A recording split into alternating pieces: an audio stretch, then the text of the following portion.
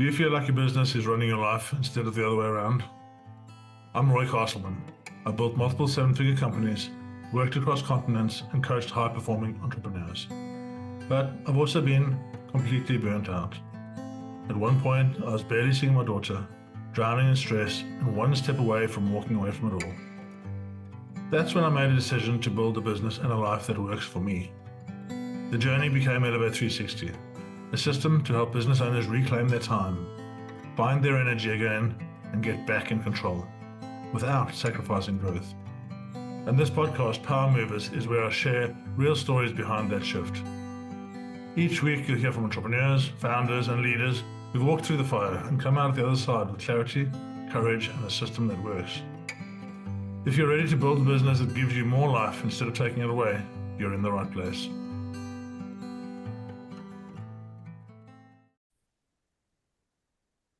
Good morning, good afternoon, good evening, wherever you are in the world. I'm here today with, I might get this wrong, Sairam, is that correct? Yeah. And Sairam, so Sairam has been in AI for a lot longer than I thought AI was around. And we're going to have a chat today about AI and business and what it's doing at the moment, what people are thinking about it. I believe you've written a book as well. Yes, that's right. And you teach, so interested to hear a little bit more about your story. But first, how did you start in this, the opening into the world of AI? It started actually many years ago when my parents took me for vacation. Back in that time, we had film cameras, so you had to be very careful with the pictures that you took because there was a finite amount of film. It fascinated me that you could press a button and capture a moment forever. There was another process of bringing that moment to life in the lab. That was my first foray with images and image formation. Later on, I was involved in that. I figured that you could teach computers to understand images. That was mind blowing to me. I decided that's what I wanted to do for the rest of my life. I wanted to teach computers to understand the world like we do. That's how I got into AI. Since then, there's been one shift after another, and it's been an amazing journey. You talk about the Fujifilm rolls. You take the picture and then you put it in the camera. So you send it to the man, he delivers it, and then he gives you these pictures, and you're like, oh, okay, that was 3 years ago. Yeah, I remember them. So you just walk us through a little bit of your history, and then we'll dive into AI and business. Yeah, sure. I pursued my master's in a field called computer vision, which is the science of teaching machines to see and perceive the world like we do. So, your self-driving cars or your robots that are grasping things, or even your phone that's able to recognize what kind of plant you're taking a picture of, all of that is computer vision. And I pursued a master's degree in that, and that brought me into the subfield region of AI. AI is a very blanket term. After my master's, I got a job at Qualcomm and I began my career in machine learning, which is another subfield of AI and computer vision. And over the course of the years, I've lived through this modern AI boom where everything is now solvable with AI apparently, and agents are taking over the world and what have you. And along the way, there's been a common thread, which is that there's always a set of people who feel left out of the conversation. That happens because they either don't understand the jargon that's typical of the field, or they feel like they need to have a really strong software background or mathematics background. That was something that bothered me as well when I was getting in. That's how I began to teach and explain things. Eventually, some of the folks through my newsletter said, why don't you put this into a book? That was the genesis of my book. Most people watching this won't even have an idea that AI was around 15 years ago. AI has been around since the 1940s. The reason that it didn't take off back then is that there weren't powerful enough computers. There wasn't a sufficient volume of data. Once the internet came around, we had this age of big data, which means that you had volumes of data on a variety of topics. And then you had machines that could do calculations at a rapid rate and do it in a scale that was previously impossible. And now you had the infrastructure, you had the data, and the algorithms have been around for decades. AI has been around since the 40s. Explain that, because that just doesn't make sense to me. I'm an IT guy. I'm not a historian, so I might get the facts wrong, but around the 1940s, there were a couple of scientists who discovered something called the perceptron, which is a model of how our brain works in a very loose fashion. So, what they figured out was that if you connect these entities together and feed them examples, they can figure out how to do things like solve logic puzzles or detect or recognize a man or a woman. So this has been around for a while, but of course the infrastructure was, there's actually a video somewhere on the interwebs where you can actually see this machine. The interest was immediate and everyone was excited about, okay, let's go all in on AI. But then another group of scientists disproved that the perceptron could actually work on everything. And so the interest waned. And then we had these spells of AI summers and AI winters where there'd be glimpses of progress and then something that would dampen the funding and the spirits. Eventually, a lot of the formative algorithms that AI scientists use today, like backpropagation or neural networks, large language models, LLMs, belong to this class of algorithms called neural networks, which are an approximation of how the human brain works in very loose terms. These have been around many decades, but we never had the volume of data. Now imagine having access to all of Wikipedia, all of the articles on the internet, millions of images and video, and then being able to use these as examples to teach these algorithms to learn rules. And you need a lot of infrastructure like the data centers that they're building today were around in the 2010s for gaming and rendering. One of the core calculations used in these algorithms is something we studied in high school, matrix multiplication. And GPUs are fantastic at that. So now you had all the ingredients coming together. You had very mature algorithms, a large volume of data, and the machines that could put these two things together. And that was the big bang of AI as we know it. Amazing. I want to dig into how people, there's so many people out there at the moment. I saw some graphics where you look at the population of the world and the number of people that are actually using large language models at the moment. I think it's something ridiculous, less than 2%. It's amazing how it feels like the entire world is using AI, and yet that's such a sobering stat. I think it goes to show that a lot of people may not have caught on to the amazing things that you can do as a result of these models. At the same time, it also is interesting that maybe this has been restricted to a few areas in the world versus the vast population. I guess it's a mix of both. And I think even of that 1.6 or 2%, only a very small percentage of them have a paid version.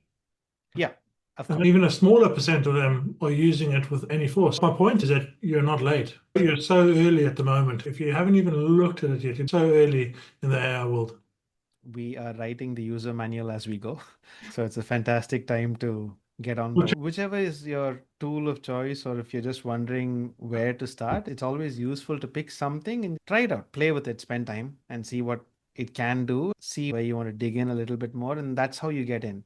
There's no curriculum that says do this first. It used to exist for people trying to enter the field from a technical perspective. But ever since ChatGPT came out, it was sort of Pandora's box where everybody now has access to this incredible class of models and you can do so many things with it. You almost have to unlearn things that you have learned. Like we used to always believe that the model can't do this or the model can't do that. And oftentimes I myself am very surprised by what I have to reconfigure my biases because I have a lot of things I think the model can't do and I'm surprised when it does. yeah. So it's a great time to get into the field for sure. And yeah, now we've spoken about this low level of people that understand it, and the capabilities are just doing this. Yeah, week on week, there's a new thing coming out from new, and that I think is the other piece of overwhelm that people have got, because it's okay. I'm going to learn something, and it's going to change. I Mm, think there's a different perspective to that, more that it's a journey of mastery. You have to go through those four stages of the journey of mastery. You have to start, yeah, as the incompetence unknown or whatever the first one is, and then go through. And that only, yeah, you don't need to know anything, but you have to play with it and do it. People that I speak to that haven't used it before, I said, get your phone, put ChatGPT on it, use the free version. Go to your mm, fridge, take a picture, and say, give me a Michelin-starred recipe that you can talk me through. Yeah, and yeah. oh. Or when you go on holiday, go where you are and ask where you should go and see. These are the things I like. And it's this human usefulness that really is going to come to the surface, right? Absolutely. And I think were you referring to unconscious incompetence, Yeah. conscious incompetence, and then the four items, and the level of mastery is like unconscious competence or something. Basically, that's very true. You need to start using it. And if it's any consolation, people working on the bleeding edge of this also feel overwhelmed because Right. everything is changing Every daily day. and it's very hard to keep up with everything. Oftentimes, you might be working on something where the next day, your neighbor next door finishes it and goes on to the next. So it's moving at such a rapid pace, and it's fine. It's totally fine. I think 2 points I want to surface. The first one is just step back and look at what is possible now versus what was possible 3 years ago or even 2 years ago. It's mind boggling to see the capabilities that have been unlocked. And it's important to take that in because you feel like there's so many things that I couldn't do previously that I can do now. On the bare minimum, I'm already ahead of where I was. That's the first bit. The second bit is the principles change much slower than the tools. You need to figure out a grounding principle here is for the common man. You need to know how to converse with these models in a way that gets your intent to them as quickly as possible. Because the more back and forth you have, the more these models begin to bloat and then they forget what was said and then they start muddling and your results start falling off a cliff. Yeah. So those principles don't change. Those are constant as far as LLMs are concerned. When you operate in that kind of a mentality, it's always easier because every time a new model comes out, you might have to tweak your prompting a little bit so that you get the results you used to previously. But it also means that this model can do a lot more than the previous one could. That's a good thing. You may have to prompt less, give it less instructions. It may grasp what you're saying a lot easier. There's two sides of the coin. I would take it that way versus feeling, oh, here we go again. I have to now catch up with this new skill. I feel like as these models keep advancing, they're going to become easier and easier for us to get things done with. Focus on how best you can achieve your outcomes and revisit your priors every time the model updates. We talk to business owners, and I like to take it back down to what's the actual problem. There's two things I'll bring up. The first thing, if you find out what the problem is and you just fix that problem, then you can move on to the next thing. Mhm. The second thing is the example. You decide you're going to do some social media posting on AI. You realize how easy it is to do a LinkedIn post. So suddenly now, in your wisdom and in your mindset as an entrepreneur, 15 different things you can do. So you try and do all of them. So the next thing you're doing the same amount of work without the outcome that you need. You're overwhelmed because you're learning all these things and you're losing focus on things. Yeah, so that's the one side of it. I think there's a real risk of understand the problem and just fix the problem and Yeah. don't get drawn. I've learned probably 500 tools in the last 3 years before I realized it's not about the tools, right? Mm. And I see that I'm all excited about that. I'm like, oh, I can do that. I can do this. And I can have all the different things that are on there. And then it's okay. And the other Yes. thing is, as you go through this, I think it's important to bring this in. If you're able to, from a business owner's point of view, you understand what the 10x is. What's the one thing that you do you think in the next 12 months or 24 months that's going to make companies stand out? I feel like there's two parts to this question. Let me first answer it from the entrepreneur's perspective, and then I'll answer it from the company's perspective. You're absolutely right. It can be very addictive to try out all the capabilities of a model as soon as it comes out. I can do this for my business, I can do that for me. But then it's distraction, right? So your context is now split and you're spreading yourself very thin. A very good entrepreneur friend of mine has this mindset that I always think about, which is you can put your tasks into three buckets: the $10 tasks, the $100 task, and the $1,000 tasks. And AI should be helping you completely automate the $10 and the $100 task. It should help you brainstorm and be a good sparring partner for the $1,000 task.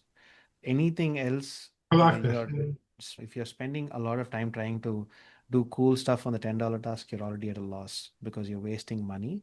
And that is a very nice mindset for an entrepreneur to have, because then you're focusing on your business. Now, coming to the companies and product side of things, there's this notion of AI powered, which seems to be a buzzword right now. And I feel like you should think about whether a product is existing in the world because of AI or is enhanced. A good example is an email client. You don't need AI for an email client. However, it enhances the experience, auto completing your emails, summarizing your emails. But at heart, an email client is supposed to send and receive messages for you.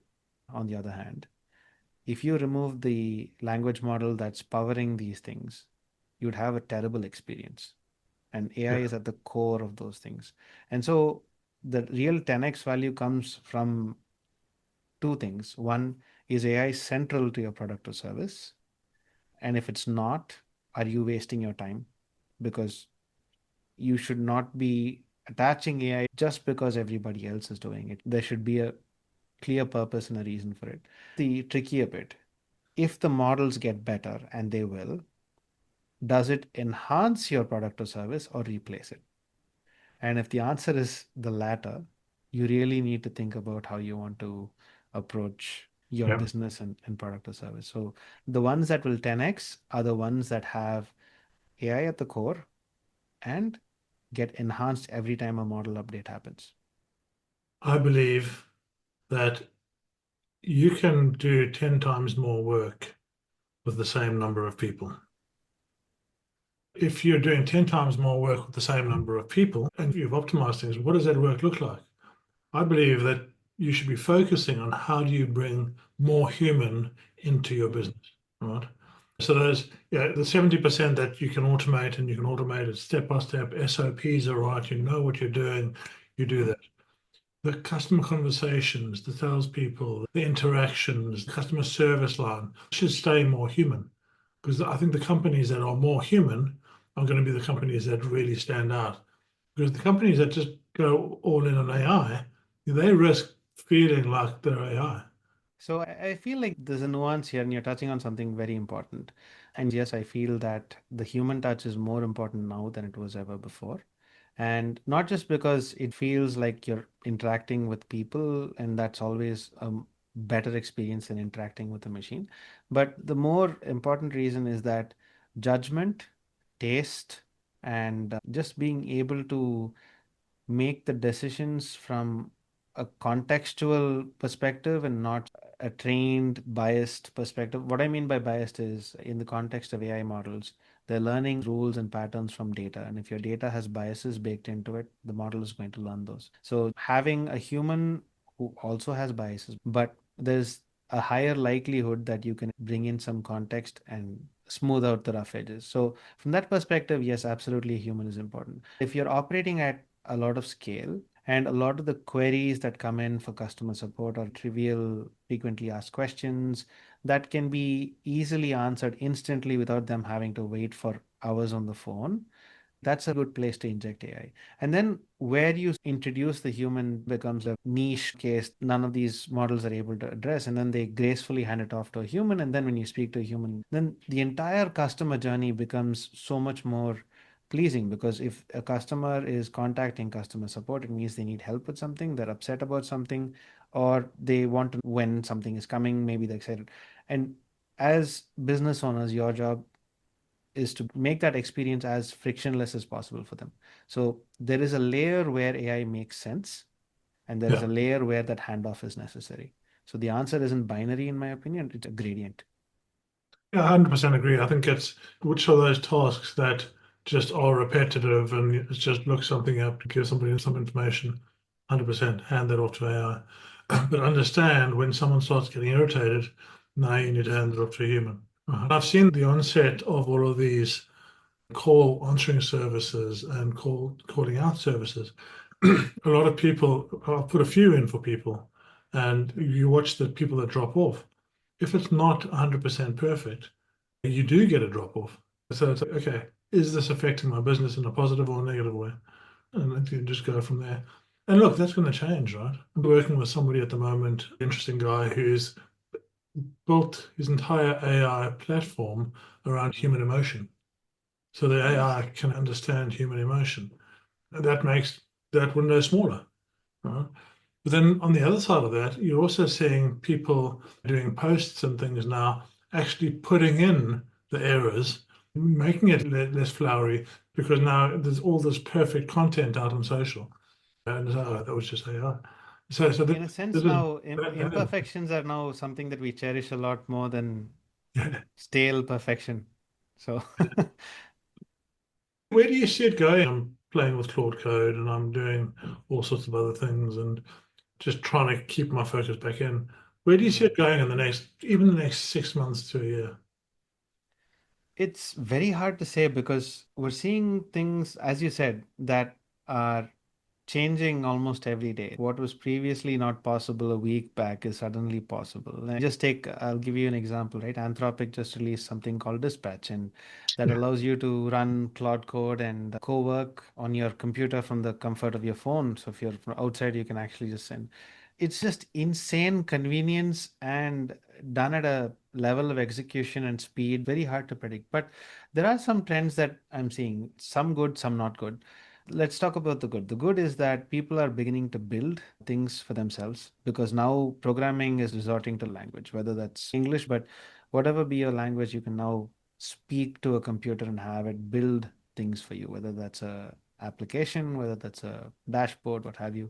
A lot of these apps that do monitoring or productivity can be built in-house. And so you'll start seeing subscriptions there. Like the subscriptions will have to earn their worth. That's the first bit. You'll also start seeing one person companies become more common where one person is just sitting at Cloud Code and then hammering away and building a product. And not everybody will succeed at this because you still need to have very good software engineering principles because of security, privacy, all that kind of thing that really matters. You're seeing a huge uptick in the number of people building things independently and then launching them out in the world. This will accelerate even further as these models get better because I'm blown away by what you can one shot.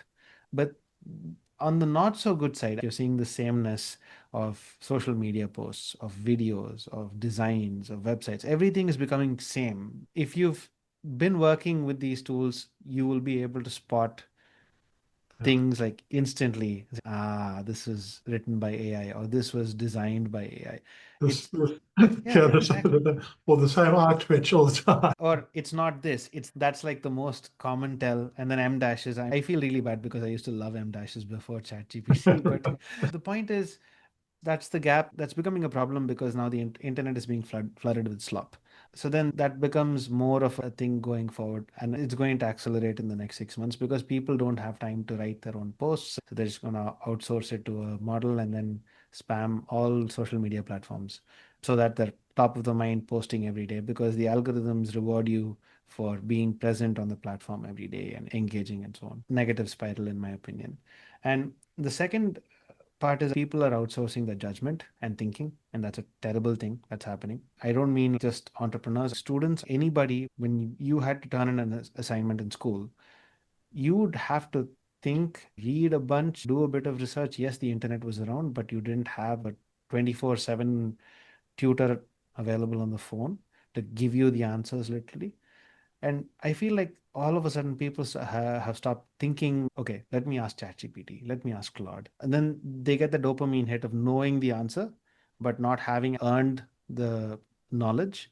And so it goes away within 10 minutes, but nobody cares. That lack of critical thinking, lack of judgment, and blindly relying on these tools is becoming a huge problem from the grassroots.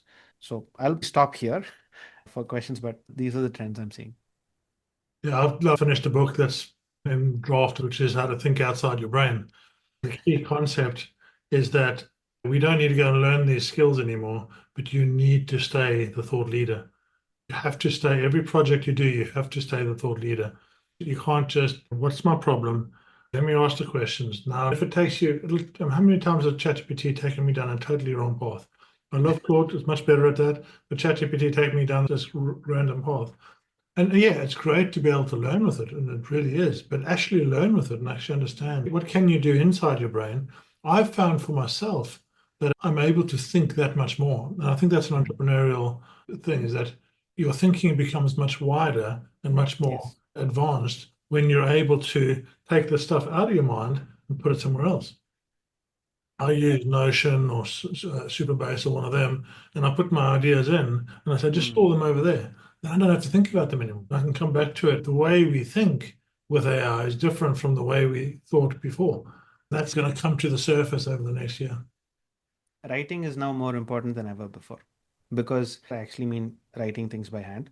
It's a great time to go analog for certain things. If you want to sharpen your thinking, writing is the best way to do it. If you rely on the computer to do it for you, it's a problem because you fall into that same trap. If you have thoughts, if you're thinking about an idea, just putting your thoughts on paper and then maybe using a voice transcription to put it into Obsidian, Notion, what have you, your favorite tool. That is a very powerful thing to do for two reasons. First, you have done the thinking, and then the synthesis can be done by these models. But the second bit is that you can then ask these models to poke holes in your thought process. You can ask, okay, what are the rabbit holes you can go down? What are the contradictions to what you have thought? What are the angles that you can perceive this from? And that then opens up a new world where you can expand your knowledge. So I feel like writing is a superpower that everybody has to start tapping into. Okay, I'm going to start bringing it to a close, but I want to just hear a bit more about you and what you're doing. So, yeah, obviously you've written a book. What do you do day to day? You teach as well. Tell us a bit more about what you do. Sure.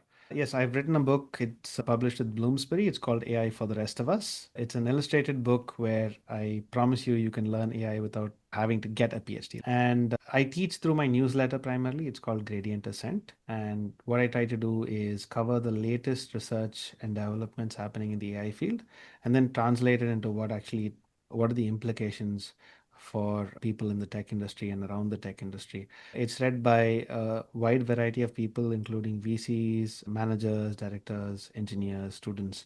That's my favorite way because I get to learn stuff and I get to teach it. In my day to day, I am an engineering manager and I lead a large team of engineers building autonomous driving and parking software. That's a really fun place to be in because you get to see where reality meets imagination and you get to see where things work and where things fail, and lots of lessons to be learned there. Thank you very much for joining us. I'll put your contact details on the show notes and wherever we post this. And hopefully we can chat again soon in 6 months and maybe our AIs will talk to each other. That'll be fun. Thank you so much for having me. Thanks, man. Thanks for listening to Power Movers, the podcast from All the Power, where our mission is to help business owners reclaim their time, reset their energy, and live the life they love.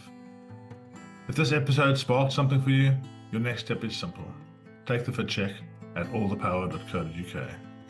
It's a short clarity tool that helps you see where you are, what's getting in the way, and what might be possible if you have the right system. When you're ready, come and join the tribe. Power Movers starts with our signature framework called Elevate 360, a system built to help you escape survival mode, create structure, and move forward with power. Just remember, everything we share here is based on real stories, experience, and frameworks. It's not personal business advice. Always speak to a coach or advisor before making big decisions. Because in the end, it's about more than business. It's about building a life that you actually love. I'm Roy Castleman, and I'll see you in the next episode.